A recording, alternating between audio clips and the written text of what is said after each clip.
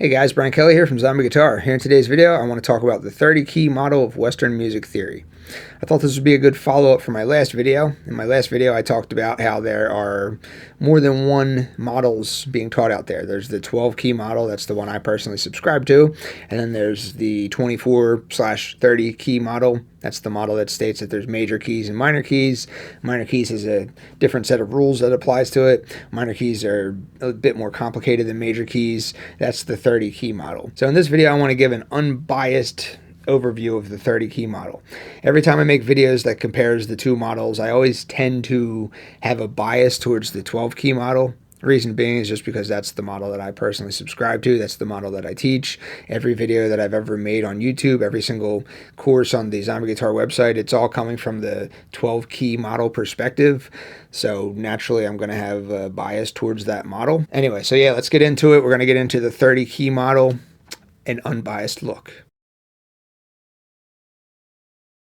All right, so first things first, I don't even need my guitar in my hand. I don't know why I have it in my hand. I guess it matches my beautiful brown eyes or something, so I have it on for the video. But yeah, this discussion that we're talking about here, this is total nerd stuff. I'm a total nerd. That's why I like to talk about it. It's all on paper. You could have two of the best musicians in the entire world up on stage, and musician number one could be a total 100% diehard 12 key model subscriber, and then musician number two could be a diehard 30 key model subscriber, and it makes zero difference to the listener. I do not need my guitar to explain this model, so let me put it down. All right, so the 30 key model of Western music theory explained. So it all starts out by understanding what a key signature is. So I know I said I wasn't going to talk about the 12 key model anymore, but I need to at least say this.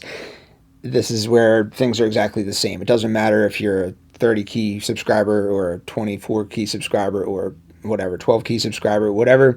A key signature is a key signature is a key signature. It's always the exact same thing. So let's start here. So usually we start out with the key of C major because that's the one that contains no sharps, no flats. The way that you get that is you start on the note C and then you play the do, re, mi, fa, sol, la, ti, do scale. That's known as the major scale that has a specific sound. It sounds like this. So when you start on the note C and you play the do, re, mi, fa, sol, la, ti, do scale, just like that, these are the 7 notes that you end up with. This is your first key signature. This is your unique set of 7 notes that was derived by starting on a note and then playing the do, re, mi, fa, sol, la, ti, do scale. This is your result. This is key signature number 1. Key signature number 2 comes from taking the 5th note of key signature number 1, which in this case would be the note G, and that is going to be your new starting note. So from your new starting note, you're then going to play the do, re, mi, fa, sol, la, ti, do scale. It's going to sound the same, but it's going to be in a different set of pitches. All right, so just take a listen.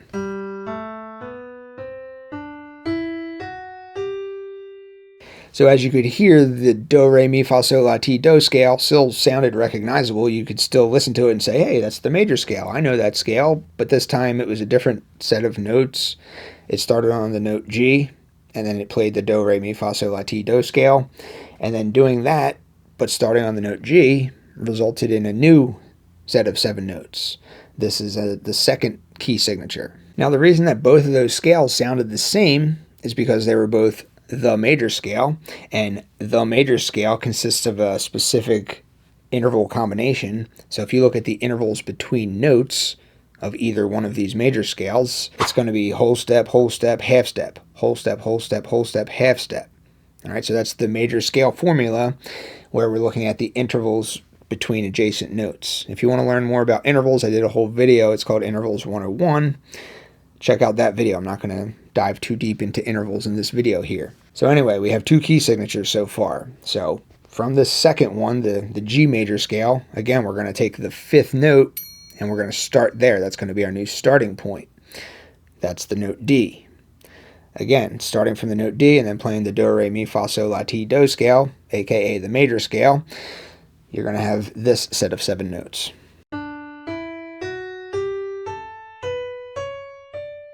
Again, it sounds like the major scale because it is the major scale, and the reason is because the intervals are whole, half, whole, half. So you can keep going through this whole process. You can start on the 5th note of the D major scale, which is now the note A, and that's going to be your starting point for the next do, re, mi, fa, sol, la, ti, do scale.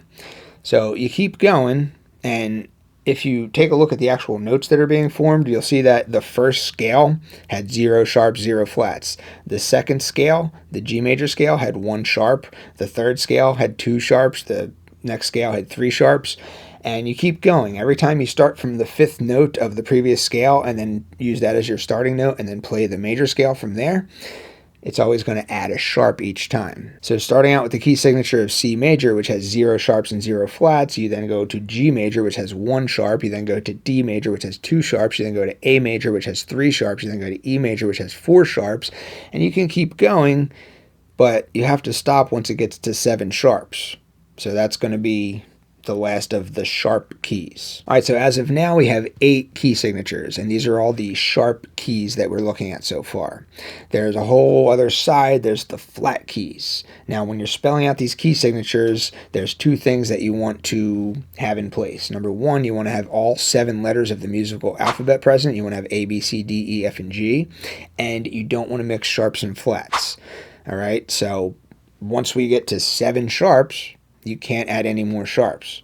You can't have any less sharps than 0. You can't have any more sharps than 7 when you're trying to adhere to these 2 rules. So to get your flat keys, you start out with the key signature of C major. That's the one that doesn't have any sharps or any flats. And to get your next key, the next flat key, you could simply count up 4 notes. Instead of 5 notes, you can count up 4. So the 4th note of the C major scale is the note F. So starting on the note F and then playing the do, re, mi, fa, sol, la, ti, do scale, which of course has the same intervals as all the other major scales that we've looked at so far, whole, whole, half, whole, whole, whole, half, which is what gives it the major scale sound that we all know and love.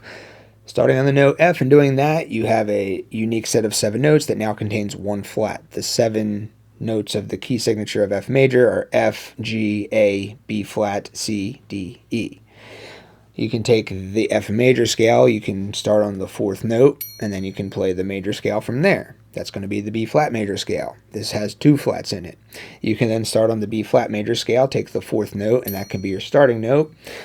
And then now you have your E flat major scale, and so on and so forth, starting on the 4th note every time. As you do that, you'll notice that you start out with 0 flats, and then you have 1 flat, and then you have 2 flats, then 3 flats, then 4 flats, and you keep going, 5, 6, 7 flats. You can't have any more than 7 flats. You can't mix sharps and flats when you're spelling out key signatures like this. All right, so at this point, we have 15 key signatures. We have the 1 key signature that has no sharps, no flats. We have 7 sharp key signatures, and we have 7 flat key signatures. 7 plus 7 plus 1 is 15. We have 15 key signatures.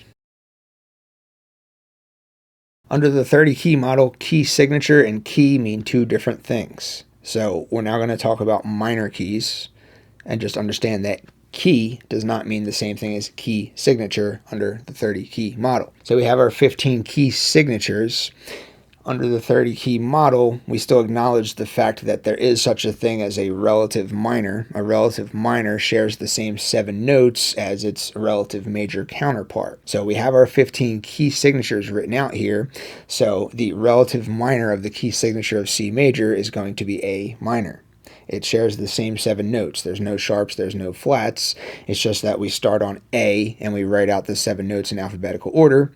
And we don't want to mix sharps or flats even when we're spelling out the minor variations of these key signatures. And then you also want to keep things in alphabetical order, and you want to have all 7 letters of the musical alphabet present. But relative major minor just means key signature of C major, key signature of A minor. They share the same set of 7 notes. So you can go ahead and you can look at all of the relative minor key signatures for all 15 of the original major key signatures, and you'll see that they share the exact same set of 7 notes.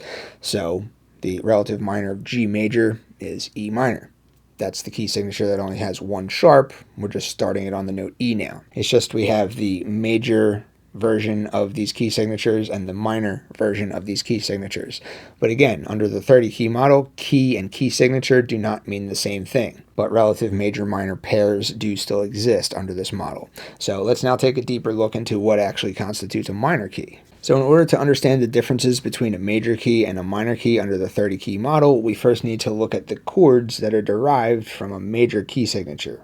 because the differences really arise once you start looking at the chords. So let's just use the key signature of C major. We could use any of the major key signatures because they all work the same way, because they all have the same intervals as each other. All of them are the major scale. All of them come from the do, re, mi, fa, sol, la, ti, do scale. All of them have intervals between adjacent notes of whole, whole, half, whole, whole, whole, half. So you could take any of these major key signatures and do what we're going to do here, and you're going to find that they all work exactly the same way. We just use the key signature of C major because it's visually easy to follow along with, because it doesn't have any sharps or flats in it. So to derive your chords with this given information, what you need to do is you take one of the 7 potential starting notes, because a key has 7 notes in it. You take one of the 7 starting notes and then you play every other note until you have 3. That's how you get your triads for the key. If you start on one of the 7 notes and then play every other note until you have 4, that's how you get the 7th variations of the chords found in a key. So since there's 7 potential notes to start on, there's 7 chords per key. That's true for any key. Every key has 7 chords in it. So if you start on the note C and you play every other note until you have 3, you have the notes C, E, and G. That's your first triad found in the key of C major. If you instead start on the note C and you play every other note until you have 4, that's your first chord found in the key of C major in 7th form. That's known as a major 7th chord. So the second chord, you're just going to start on the second note of the C major scale, play every other note until you have 3. That's your second triad. Or play every other note until you have 4. That's your second chord in 7th form. It's going to be a D minor chord in triad form. It's going to be a D minor 7th chord in 7th form. So you keep going through that process for each of the 7 potential starting notes for the key that you're playing in, and you're going to arrive at the 7 chords that are found in that key. You have your triad form for the 7 chords, and then you have your 7th form for the 7 chords. So in any given key, in triad form, 3 of them are going to be major triads, 3 of them are going to be minor triads, and 1 of them is going to be a diminished triad. In 7th form, for any key, 2 of them are going to be major 7th chords, 3 of them are going to be minor 7th chords, 1 of them is going to be a dominant 7th chord. That's always going to be the chord in the 5th position when you're looking at the major key perspective like we're doing right now. And then the 7th chord is in 7th form. The 7th of the 7 chords in 7th form is going to be what is known as a half diminished chord. That's a minor 7 flat 5 chord. So this is going to be true for any key. We just use the key of C major just to derive these chords, just because there's no sharps and no flats. But you can go through this process for the key of B major. You know, the key of B major has a bunch of sharps in it, but you can do the same process every other note until you have 3 to get your triads, or every other note until you have 4 to get your 7th chords, and you're going to see the same results. You're going to have 3 major chords, 3 minor chords, 1 diminished chord. Or in 7th form, you're going to have 2 major 7ths, 3 minor 7ths, 1 dominant 7th in the 5th position, and 1 half diminished, otherwise known as a minor 7th flat 5 chord. So it works for all keys. So that's the chord derivation for the major key perspective. So let's now look at this from the minor key perspective. Again, we're just going to use the key that contains no sharps or flats just because it's the easiest one to see visually. So the relative minor of C major is A minor. So going through this process using the key of A minor, starting from each of the 7 potential starting root notes to create your 7 chords in both triad form and in 7th form, the 7 chords that are found here were the same as the 7 chords that were found from the perspective of C major. In triad form, 3 of the chords are minor, 3 of the chords are major, and then 1 of them is a diminished triad. And they're the exact same 7 chords as that of the ones that were found in C major. And then in 7th form, 2 of them are major 7th chords, 3 of them are minor 7th chords, 1 of them is a dominant 7th chord, and 1 of them is that half diminished chord, otherwise known as the minor 7 flat 5 chord. So it's the same 7 chords at this point for the key of A minor and for the key of C major. Now, from the major key perspective, that's all you need to worry about. That's a key, simple, easy, no problem. We don't need to do anything else. For a minor key, this is where the differences start to come into play. So the difference between the minor scale that you're looking at, otherwise known as the natural minor scale, A, B, C, D, E, F, G, is it doesn't have what is known as a leading tone. It's that very last note. The last note of the A minor scale is the note G. The note G is a whole step away from the note A. So it doesn't quite have that same pulling effect that if you look at the major scale the 7th note of the major scale, using the C major scale as the example, C, D, E, F, G, A, B. That very last note, B, is a half step before the note C. So it has more of like a, come on, get to that last note, I want to get there. Last note resolution, so that lingering on the B, do, re, mi, fa, sol, la, ti. It's unresolved, right? Do. I feel so much better, So that same feeling of tension just from playing the scale, just from playing the A, B, C, D, E, F, G, that last note tension is just not quite present like it is in the major scale. So they fixed this by taking the 7th note of the natural minor scale and raising it up a half step, which for this key, A minor, the 7th note being a G, would be raised to a G sharp. So now you have this new, this is called the harmonic minor scale. The harmonic minor scale is just the natural minor scale with a raised 7th degree. So this raised 7th degree comes in handy for writing melody lines in a minor key context. So when music is written in the key of A minor, people that subscribe to the 30 key model will say, in the key of A minor, you could use a G if you want, or you could use a G sharp if you want, because that G sharp that's that leading tone that was missing, and now it's here. Now we have a leading tone. Melody line sounds much better than it did, when just using the G. All right, cool. So now we have 2 different scales we could use. But then you take that a step further, and some people are like, all right, well, that's cool. I needed that leading tone in there that helps me out with my melody lines. But there's just this really wide gap. There's this interval between the 6th and 7th note of the harmonic minor scale, Like if I'm just going to stick to the natural minor scale, then I don't have the leading tone, and that's not good. I need that leading tone in there.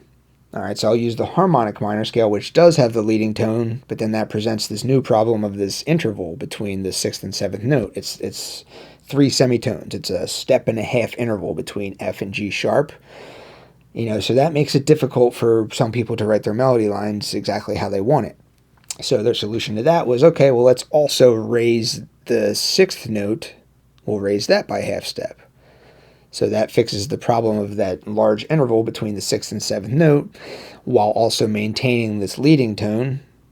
All right, so that 3rd scale is now known as the melodic minor scale. So under the 30 key model, for a song that is in a minor key, you have 3 potential scales that you could use, and all of them are considered to be part of the key. You have the natural minor scale, you have the harmonic minor scale, and you have the melodic minor scale. Remember, the harmonic minor scale was just born because they wanted that leading tone.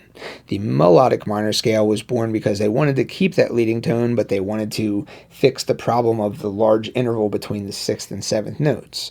So any of these 3 scales are perfectly acceptable to use in a minor key. We're in the key of A minor, just what we're talking about right now. So A natural minor, A harmonic minor, A melodic minor, all perfectly acceptable for the key of A minor. Now, if you take any one of these 3 minor scales and you go through the process of doing every other note until you have 3 to get your triads, or every other note to get 4 until you have your 7th chords, we already did this process for the natural minor scale, but if you go through this process for the harmonic minor scale, you're going to come up with some funky chords. You're going to have some augmented chords, you're going to have some fully diminished chords, you're going to have some half diminished chords, you're going to have some funky looking chords in there. If you do the process for just the melodic minor scale, again, you're going to have some funky looking chords in there. You're going to have some augmented chords, some diminished chords. So when going back to look at the 7 chords that are found in a minor key under the 30 key model, you're not going to see all these augmented and diminished chords present in the 7 in-key chords. Really, the change is only made to the 5th chord. So they take that 5th chord and they put the G sharp in there. All right, so just looking at the 7 chords that were derived from the natural minor scale, the 5th chord in the 5th position is a minor chord, or in 7th form, it's a minor 7th chord. An E minor chord is EGB, and E minor 7th chord is EGBD. So if you take that G and you replace it with a G sharp, now you have an E major triad, or you have an E dominant 7th triad. All right, so this chord that's in the 5th position is now major or dominant 7th. That's important because the 5th chord in music, it's just 5 to 1. 5 resolves to 1. 5 is the most tension, 1 is the release, 1 is the tonic. Going back to look at the major key, looking at the 7 chords that were derived in the key of C major, you can see that the chord in the 5th position is that naturally occurring dominant 7th chord. Because remember, when you look at the chords in 7th form in any given key, 2 are going to be major 7th, 2 are going to be minor 7th, 1 is going to be dominant 7th, 1 dominant 7th naturally occurring, and then 1's going to be that half diminished chord. So that naturally occurring dominant 7th chord in the 5th position is exactly what it's supposed to be. That's that 5th chord, that's that dominant chord, boom, easy peasy, no problem. The reason that that dominant chord is so important is because it contains what is known as the tritone interval. So if you look at the notes that make up a G dominant 7th chord, you're going to see that the notes B and F are present in that chord. B and F is what is known as a tritone interval. That is the interval distance of 6 half steps. This is also known as the devil's interval. It has a bunch of names. It's just, I guess people will say it's the most tense interval. Minor seconds are pretty tense as well, so I mean that's up for debate. But anyway, yeah, so they just say that this interval is like the most tense interval, this tritone interval. So this tritone interval creating all this tension, it wants to resolve to something, and the thing that it wants to resolve to is the 1 chord. So the note B, which is one of the notes that make up this tritone interval, is only a half step away from the note C. So B to C, that's a nice little resolution. And then the F, which is the other note of the tritone interval, that's a half step above the note E. The note E happens to be the 3rd of the C major chord, which is the 1 chord. So the B moves up to C by a half step, and then the F moves down to E by a half step, taking that ugly tritone interval, which is beautiful to some people and ugly for others, but whatever. It's the tensiony tritone interval, the BF, and then it moves to C major, C, E, So tension, release. That is naturally present in the major key context. Now we go back to looking at the key of A minor with the 7 chords, with that 5th chord that has been altered to be made into a major triad, or in 7th form it's been altered to be turned into a dominant 7th chord. Now we have that dominant chord in the 5th position, that tensiony chord. And remember, dominant 7th chords, they contain that tritone interval, that ugly devil's interval, all that tension and stuff, So looking at the notes of the E major chord, you have E, G sharp, B, D. So the tritone interval here is G sharp and D. You play a G sharp and a D together, tritone sounds tritony, sounds devilly, whatever, however you want to describe it. But yeah, that's what it is. So, tritones make that tension, and then you have the resolution. So it's not quite as much tension resolution here as it was in the case in the major key context, because the G sharp is a half step away from A, so that offers that nice little tension, resolution feeling. But that other note, D, the 2nd note that makes up this tritone interval that's present in the dominant 7th chord, that's not a half step away from anything in the A minor chord. So it's like it's tension, tension, tension, release, release, release once you get to that 1 chord again, once you get to that A minor chord, but it's not quite as powerful as the tension release that is present in a major key context, because remember, when we took a G7 and we moved it to C, we had both notes of the tritone interval were only a half step away from notes in the C major chord. But in the minor key context, when we take this dominant 7th chord and we look at the 2 notes that make up that tritone interval, you'll see that only one of those 2 notes is a half step away from one of the tones in the 1 chord that we're trying to move to, but not 2 of them. So it doesn't quite have that same tension release effect that it does for major key context. It still has it. It's still good, but it's not quite the same. So there's still a little bit of difference. But anyway, that's the basic gist of a minor key. And that's why minor keys are considered to be their own things, their own keys under the 30 key model. There's a different set of rules applied to them.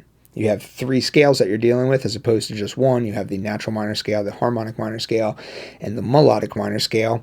And then you have that 5th chord that is altered to be made into a major chord or a dominant 7th chord. This is why the key of A minor is considered to be a different key than the key of C major under the 30 key model. Now again, all keys work exactly the same way. We just looked at the key of C major and then its relative minor A minor, and we looked at the differences between C major and A minor, and we looked at the alterations that we made to the key of A minor to derive these other scales and this other chord. So this was just C major A minor, but you could start with any of the starting 15 key signatures, look at its relative minor, go through the process of deriving the chords, go through the process of raising that 7th note of the scale, and then the 6th note of the scale as well to get your melodic minor scale, your 3rd scale.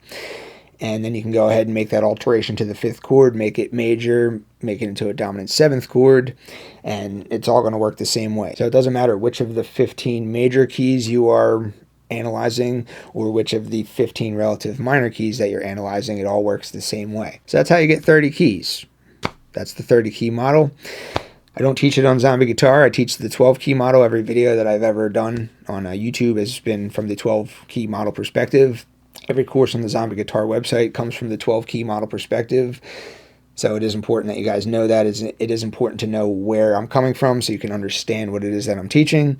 But if you are interested in the 30 key model, this video is a good overview of it. But, you know, feel free to look into this more. But hope you guys like this one. Thanks for watching. See you next time.